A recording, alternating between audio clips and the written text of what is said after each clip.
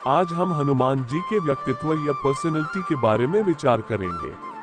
उनके व्यक्तित्व के बारे में जानकारी से हमें बहुत कुछ सीखने को मिलेगा और उनके व्यक्तित्व के बारे में अपनी फैमिली को भी बताएं। वीडियो को लाइक और चैनल पर नए हो तो चैनल को सब्सक्राइब करें। मंगलवार को श्री हनुमान का पूजन होता है। आज आपका परिचय कराते हैं उनके अद्भुत व्यक्तित्व से जो बना है कठोर साधना और तप से। धर्मशास्त्रों में आत्मज्ञान की साधना के लिए 3 गुणों की अनिवार्यता बताई गई है: बल, बुद्धि और विद्या। यदि इनमें से किसी एक गुण की भी कमी हो तो साधना का उद्देश्य सफल नहीं हो सकता है। सबसे पहले तो साधना के लिए बल जरूरी है। निर्बल व कायर व्यक्ति साधना का अधिकारी नहीं हो सकता है। दूसरे, साधक में बुद्धि और विचार शक्ति होनी चाहिए। इसके बिना साधक पात्रता विकसित नहीं कर पाता है। तीसरा अनिवार्य गुण विद्या है। विद्यावान व्यक्ति ही आत्मज्ञान हासिल कर सकता है। हनुमान जी के जीवन में इन तीनों गुणों का अद्भुत समन्वय मिलता है। इन्हीं गुणों के बल पर वे जीवन की प्रत्येक कसौटी पर खरे उतरते हैं। रामकथा में हनुमान जी का चरित्र अत्यंत प्रभावशाली है। मर्यादा पुरुषोत्तम राम के आदर्शों को मूल रूप देने में उन्होंने महत्वपूर्ण भूमिका निभाई थी। हनुमान जी का संवाद कौशल विलक्षण है। इसका सबसे बड़ा प्रमाण अशोक वाटिका में जब वे पहली बार माता सीता से मिलते हैं तब दिखाई देता है। वे अपनी बातचीत से न सिर्फ उन्हें भयमुक्त करते हैं बल्कि उन्हें ये भी भरोसा दिलाते हैं कि वे श्री राम के ही दूत हैं।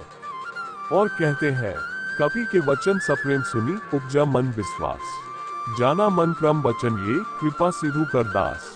ये कौशल आज के युवा उनसे सीख सकते हैं। इसी तरह समुद्र लांघते वक्त देवताओं के कहने पर जब सुरसा ने उनकी परीक्षा लेनी चाहिए तो उन्होंने अतिशय विनम्रता का परिचय देते हुए उस राक्षसी का भी दिल जीत लिया।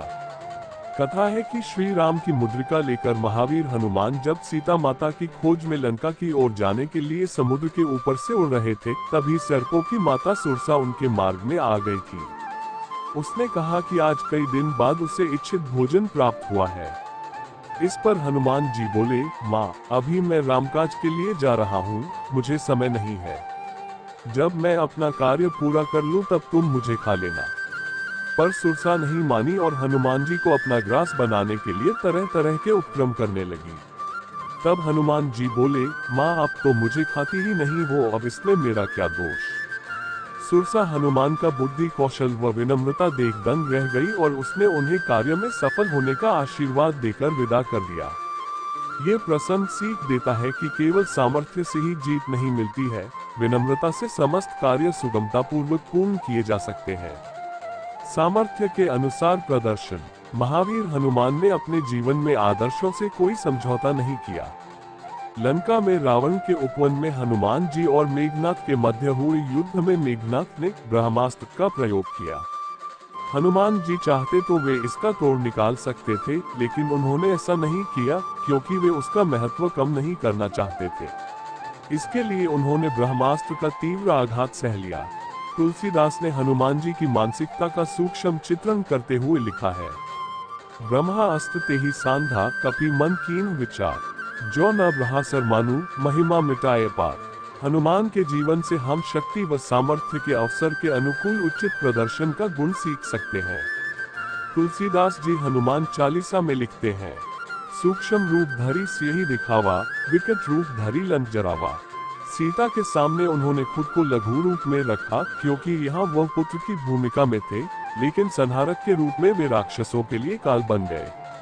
विवेक के अनुसार निर्णय, अवसर के अनुसार खुद को ढाल लेने की हनुमान जी की प्रवृत्ति अद्भुत है।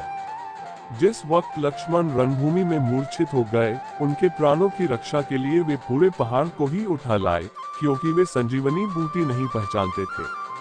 अपने इस गुण के माध्यम से वे हमें तात्कालिक विषम स्थिति में विवेकानुसार निर्णय लेने की प्रेरणा देते हैं। हनुमान जी हमें भावनाओं का संतुलन भी सिखाते हैं। लंका दहन के बाद जब वह दोबारा सीता जी का आशीष लेने पहुंचे तो उन्होंने उनसे कहा कि वे अभी उन्हें वहां से ले जा सकते हैं, लेकिन वे ऐसा करना नहीं चाहते हैं। रावण का वध करने के पश्चात ही यहाँ से प्रभु श्री राम आदर सहित आपको ले जाएंगे। इसलिए उन्होंने सीता माता को उचित समय पर आकर ससम्मान वापस ले जाने को आश्वस्त किया। उनका व्यक्तित्व आत्ममुग्धता से कोसों दूर है। सीता जी का समाचार लेकर सकुशल वापस पहुंचे श्री हनुमान की हर तरफ प्रशंसा हुई, लेकिन उन्होंने अपने पराक्रम का कोई किस्सा प्रभु राम को नहीं सुनाया। जब श्री राम ने उनसे पूछा, हनुमान, त्रिभुवन विजयी रावण की लंका को तुमने कैसे जला दिया? तब प्रत्युत्तर में हनुमान जी ने जो कहा उससे भगवान राम भी हनुमान जी के आत्ममुग्धता विहीन व्यक्तित्व के कायल हो गए। सो सब तब प्रताप रघुराय, नाथ न कछु मोरी प्रभुताय। सेवा भाव की प्रबलता। भारतीय दर्शन में सेवा भाव को अत्यधिक महत्व दिया गया है। ये सेवा भाव ही हमें निष्काम कर्म के लिए प्रेरित करता है।